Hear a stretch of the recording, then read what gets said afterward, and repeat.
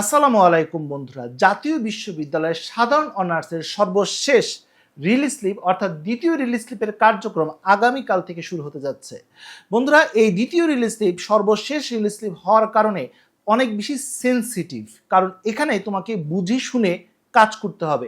যদি কোনো কারণে কোনো একটি ভুল যদি করো, তাহলে তোমার এই বছরের চান্সটা নষ্ট হয়ে যাবে। তোমাকে আরও একটা বছর অপেক্ষা করতে হবে। তাই বুঝে শুনে সিদ্ধান্ত নিতে হবে। এমন কিছু ভুল রয়েছে যে ভুলের কারণে হয়তোবা তোমার এই আবেদনটা বা চান্সটাও বাতিল হয়ে যেতে পারে। আজকে এই বিষয়গুলো নিয়ে আলোচনা করব, খুঁটিনাটি তথ্য দিব। কিছু বিষয় বলতে পারো প্রায় 10টি বিষয়ে তোমাকে সচেতন থাকতে হবে। আবেদন শুরু হওয়ার পর একটি বিষয়ে আমরা প্রায় লক্ষ্য করি বা শিক্ষার্থীদের মধ্যে দেখা যায় বা তোমাদের মধ্যে দেখা যায়, সেটি হচ্ছে সবাই কেন যেন একটু তাড়াহুড়া করে, সবাইকেই কেন যেন আগে আবেদন করতে হবে। বন্ধুরা, আগে আবেদন করা যা কথা, একদম শেষ দিনে আবেদন করা তাই কথা। একজন শিক্ষার্থী যদি প্রথম দিনে অর্থাৎ কালকে আবেদন করে, একদম লাস্ট ডে অর্থাৎ যেদিন ডেডলাইন সেদিন যদি আবেদন করে, সেক্ষেত্রে চান্স পাওয়া না পাওয়া কিন্তু নির্ভর করে না।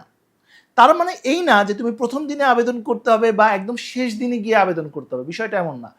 তাড়াহুড়া করবে না, কারণ প্রথম দিনে এবং শেষ দিনে দুই দিকে কিন্তু সার্ভার অনেক বিজি থাকে। তাই এই সময়টুকুর মধ্যে আবেদন না করার অনুরোধ করছি। এটা হচ্ছে প্রথম টিপস। অর্থাৎ তাড়াহুড়া করা যাবে না, দু একদিন সময় নিয়ে বুঝে শুনে আবেদন করবে। প্রথম দিকে লগ ইন করবে, তোমার আইডি পাসওয়ার্ড দিয়ে লগ ইন করবে। লগ ইন করে কোন কলেজে কী পরিমাণ আসন রয়েছে, কোন সাবজেক্টে কী পরিমাণ আসন রয়েছে, এগুলো ভালো করে দেখবে, নোট ডাউন করবে। তুমি নিশ্চয়ই মনে মনে একটি চিন্তা করে রেখেছো যে ওই 5টি কলেজে আমি আবেদন করব বা এই ধরনের 5টি কলেজে আমি আবেদন করব। সেই কলেজগুলোর আসন সংখ্যা, সাবজেক্টগুলোর আসন সংখ্যা খাতার মধ্যে নোট ডাউন করে ফেলো এবং বাসায় বসে একটি সময় ধরে ওইগুলোকে র্যাঙ্ক করে ফেলো, অর্থাৎ কোনটা আগে রাখবে, কোনটা পরে রাখবে, কোন সাবজেক্টকে আগে দিবে, কোন সাবজেক্টকে পরে দিবে, আগে থেকে একটা প্ল্যানিং করে রাখো।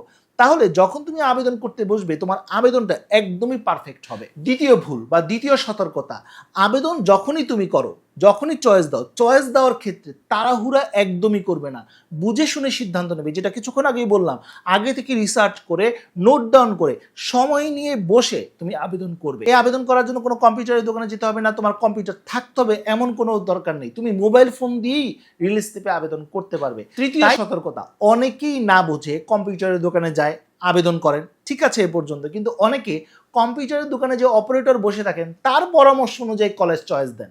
অনেক শিক্ষার্থী আমাকে ইনবক্স করেন বা আমাকে মেসেজ পাঠান বা কমেন্টেও বলেন যে ভাইয়া, আমি যে দোকান থেকে আবেদন করেছি সেই দোকানদারই আমার চয়েস দিয়ে দিয়েছে।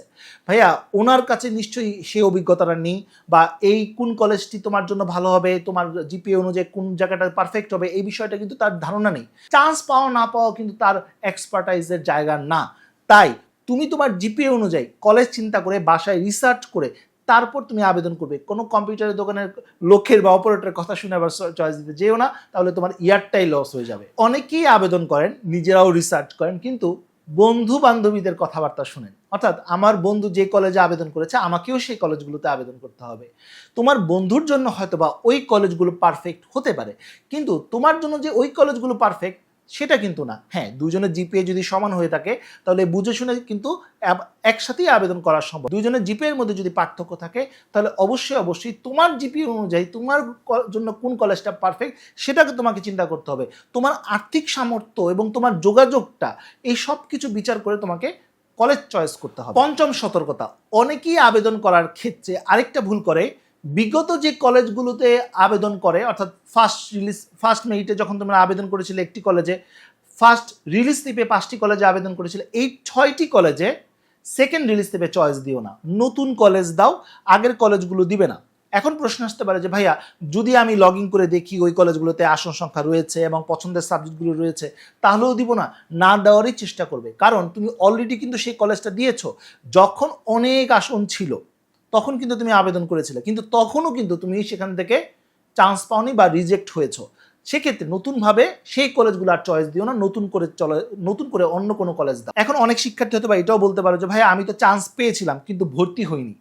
সেক্ষেত্রে কি আমি আবার চয়েস দিতে পারবো? না দেওয়াই উচিত। একদমই যদি সম্ভব না হয় দু একটা কলেজ রাখতে পারো, কিন্তু না দেওয়াটাই ভালো। ষষ্ঠ ভুল বা ষষ্ঠ সতর্কতা, অনেকে আবেদন করার ক্ষেত্রে সরকারি কলেজ চয়েস দেয়। শুধু সরকারি না, তোমার হয়তো বা জিপিএ কম এবং স্কোর কম পেয়েছো এবং তুমি সরকারি কলেজ চয়েস দিচ্ছ, সেক্ষেত্রে কিন্তু তোমার চান্স পাওয়ার সম্ভাবনা অনেকাংশে কম এবং এটা কিন্তু একটি বিরাট সতর্কতা বলতে পারো। অনেক সরকারি কলেজের বিশেষ করে এই সেকেন্ড রিলিজ স্লিপে আসন সংখ্যা কিন্তু অনেক কম থাকবে। অনেক শিক্ষার্থীর জিপিএ কম এবং সরকারি কলেজগুলোর আসন সংখ্যা কম থাকার পরেও সেই কলেজগুলো চয়েস দেয়। এটা কিন্তু একটি বিশাল সমস্যা। এটার কারণে কিন্তু তুমি চান্স পাবে না, কারণ সরকারি কলেজে এমনি প্রতিযোগিতা বেশি থাকে, আর অন্যদিকে তোমার স্কোর কম, জিপিএ কম, তারপরেও তুমি সেই কলেজটা চয়েস দিচ্ছ। শুধু তাই না, সেই কলেজটির আসন সংখ্যাও কমে গেছে। ভালো ভালো সাবজেক্টগুলোর আসন সংখ্যা নেই বললেই চলে, 5টি 7টি 10টি এমন তুমি দেখতে পাবে। এই কলেজগুলো চয়েস করবে না, সেক্ষেত্রে কিন্তু এই চয়েসটাই তোমার নষ্ট হয়ে যাবে এবং তুমি চান্সও পাবে না। তাই এই কলেজগুলো অ্যাভয়েড করার চেষ্টা করো। ষষ্ঠ সতর্কতা, অনেকেই সরকারি কলেজ চয়েস করে কিন্তু বিভাগ পরিবর্তন সাবজেক্টগুলো দেয় আগে। সেক্ষেত্রেও কিন্তু তোমার জন্য একটি সতর্কতা, কারণ এভাবে যদি দাও তাহলে তোমার চান্স পাওয়ার পসিবিলিটি অনেক কম, কারণ সরকারি কলেজে এমনিই সাবজেক্ট কম থাকে, এমনিই আসন কম থাকে। উল্টো তুমি যদি বিভাগ পরিবর্তনের সাবজেক্টগুলো দাও, সেক্ষেত্রে কিন্তু তুমি কোটার মধ্যে পড়ে গেলে, কারণ যেই আসনগুলো দেখা যাচ্ছে, ধরো একটা সরকারি কলেজ তুমি চয়েস করলে, সেখানে 30টা আসন দেখা যাচ্ছে কোনো একটি সাবজেক্টে। এখন 30টা আসন তো আর তোমার জন্য না, এটা ওই বিভাগের শিক্ষার্থীদের জন্য রয়েছে। যেমন অ্যাকাউন্টিং সাবজেক্টের কথা যদি বলি, সেটার 70% হচ্ছে বাণিজ্য শাখার শিক্ষার্থীদের জন্য। এখন তুমি সায়েন্সের শিক্ষার্থী, তুমি যদি বাণিজ্য শাখার সাবজেক্টগুলোর জন্য চয়েস করো, তাহলে কিন্তু তুমি হয়তো বা 10% বা 15% কোটার মধ্যে তুমি পড়ে গেলে। তার মানে ওই আসনগুলোর মধ্যে হয়তো বা 4 থেকে 5টি আসন তোমার জন্য থাকবে। তাই বুঝে শুনে এখানে চয়েস দেওয়া উচিত। বিভাগ পরিবর্তন বিশেষ করে সরকারি কলেজ দেওয়া উচিত না। অষ্টম ভুল বা অষ্টম সতর্কতা, অনেকেই আবেদন করার ক্ষেত্রে কলেজ চয়েস করে ফেলে, কিন্তু কলেজ চয়েস করার পর হয়তোবা সেই কলেজটা তোমার পছন্দের কলেজ, কিন্তু কলেজ চয়েস করার সময় হয়তোবা সেই কলেজে যে সাবজেক্টগুলো থাকবে বা সাবজেক্টগুলো চয়েস দিচ্ছে, সেখানে র্যান্ডমলি সে দিয়ে দিচ্ছে। অর্থাৎ কোন সাবজেক্টের আসন সংখ্যা কম, কোন কলেজের আসন সংখ্যা কম, এগুলো কিছুই দেখছে না, জাস্ট একটি অ্যাপ্লিকেশন করে দিল। এরকম যাতে না হয়, যখন তুমি চয়েস করবে অবশ্যই সেই কলেজটির আসন সংখ্যাটা খেয়াল রাখবে, সাবজেক্টের আসন সংখ্যা দেখবে, এবং যখন তুমি সাবজেক্ট চয়েস দিচ্ছ, যেই সাবজেক্টগুলোর আসন সংখ্যা বেশি সেগুলোকে আগে দিবে, তারপর ক্রোনোলজিক্যালি সাজিয়ে দিবে। না হলে কিন্তু তোমার এই চান্সটা বাতিল হয়ে যেতে পারে। নবম ভুল বা নবম সতর্কতা, অনেকেই সরকারি কলেজের প্রতি বেশি আগ্রহ থাকাটাই স্বাভাবিক, কারণ সরকারি কলেজ নানা দিক থেকে এগিয়ে রয়েছে। তবে এই মুহূর্তে সেই চয়েসটা চিন্তা করা উচিত না, বা সেই বিষয়টা চিন্তা করা উচিত না, কারণ এখন সরকারি কলেজে আসন সংখ্যা কম, চান্সটাও তোমার দরকার, ইয়ারটাও লস করতে চাচ্ছ না, তাহলে কি করতে হবে? বেসরকারি কলেজ চয়েস করতে হবে তোমার আসনকে সুনিশ্চিত রাখার জন্য, ইয়ারটা যাতে লস না হয়। এখন প্রশ্ন করতে পারো অনেকেই, পড়ার মতো আমার সামর্থ্য নেই, তাহলে আমি কি করতে পারি? দেখো বন্ধুরা, তোমার সামর্থ্য যদি না থেকে থাকে, তাহলে তোমাকে চিন্তা করতে হবে যে তুমি সরকারি কলেজে তোমার চান্স পাওয়ার মতো পসিবিলিটি আছে কিনা। যদি না থাকে, তাহলে তোমার বেসরকারি কলেজ ছাড়া তো কোনো অপশন নেই। এখন বেসরকারি কলেজে যদি চিন্তা করতে হয়, আর অন্যদিকে আর্থিক একটা ব্যাপারও রয়েছে, তাহলে বেসরকারি কলেজগুলোর মধ্যে যেগুলোর খরচ কম, বিশেষ করে উপজেলা ভিত্তিক যে বেসরকারি কলেজগুলো রয়েছে, সেগুলো নিয়ে ভাবতে পারো। সেখানে কিন্তু চান্স পাওয়ার পসিবিলিটিও বেশি এবং খরচও কম। আর দিন শেষে কিন্তু সার্টিফিকেট জাতীয় বিশ্ববিদ্যালয় দিচ্ছে, প্রশ্ন জাতীয় বিশ্ববিদ্যালয় করছে, খাতা জাতীয় বিশ্ববিদ্যালয় কোনো একটি কলেজে টিচাররা দেখতেছেন। তাই এখানে তুমি কোন কলেজে পড়তেছো সেটা কিন্তু খুব মুখ্য বিষয় না, সেটা সরকারি হোক বা বেসরকারি হোক। হ্যাঁ, ফ্যাসিলিটিগত ব্যাপার স্যাপার রয়েছে, কিন্তু দিন শেষে কিন্তু জাতীয় বিশ্ববিদ্যালয়ের সার্টিফিকেট দিচ্ছে। জাতীয় বিশ্ববিদ্যালয়ের রিলিজ স্লিপের একটা নিয়ম রয়েছে, সেটি হচ্ছে আবেদন করার পর তোমার কাছে যদি মনে হয় আবেদনটা ভুল হয়েছে, সেটাকে তুমি ক্যান্সেল করে দিয়ে আবার নতুন করে আবেদন করতে পারবে। এই জন্য কোনো আবেদনের জন্য কোনো টাকা পয়সা দিতে হবে না, কাগজপত্র কোথাও জমাও দিতে হবে না। তবে এই জায়গাটাই শিক্ষার্থীরা ভুল করে, প্রথমেই একটি আবেদন করে ফেলে, ভুল করে সেটাকে আবার ক্যান্সেল করে আবার রিঅ্যাপ্লাই করতে গিয়ে দেখা গেল সে আবারও ভুল করেছে, তখন সে তৃতীয়বার কিন্তু আর ক্যান্সেলের সুযোগ থাকে না। এটি একটি সমস্যা। আবার অনেক শিক্ষার্থী এমন করেন যে লাস্ট ডেটে গিয়ে, অর্থাৎ যেদিন লাস্ট ডেট থাকবে সেদিন গিয়ে ক্যান্সেল করে আবার নতুন করে আবেদন করেন। সেটা কিন্তু আরও ঝুঁকিপূর্ণ, কারণ শেষ দিনে সার্ভার কিন্তু অনেক বিজি থাকবে, আর একবার ক্যান্সেল করার পর তুমি যদি অ্যাপ্লিকেশন না করতে পারো, তাহলে কিন্তু তোমার অ্যাপ্লিকেশনটা বাতিল হয়ে যাবে। তাই বুঝে শুনে সিদ্ধান্ত নিবে।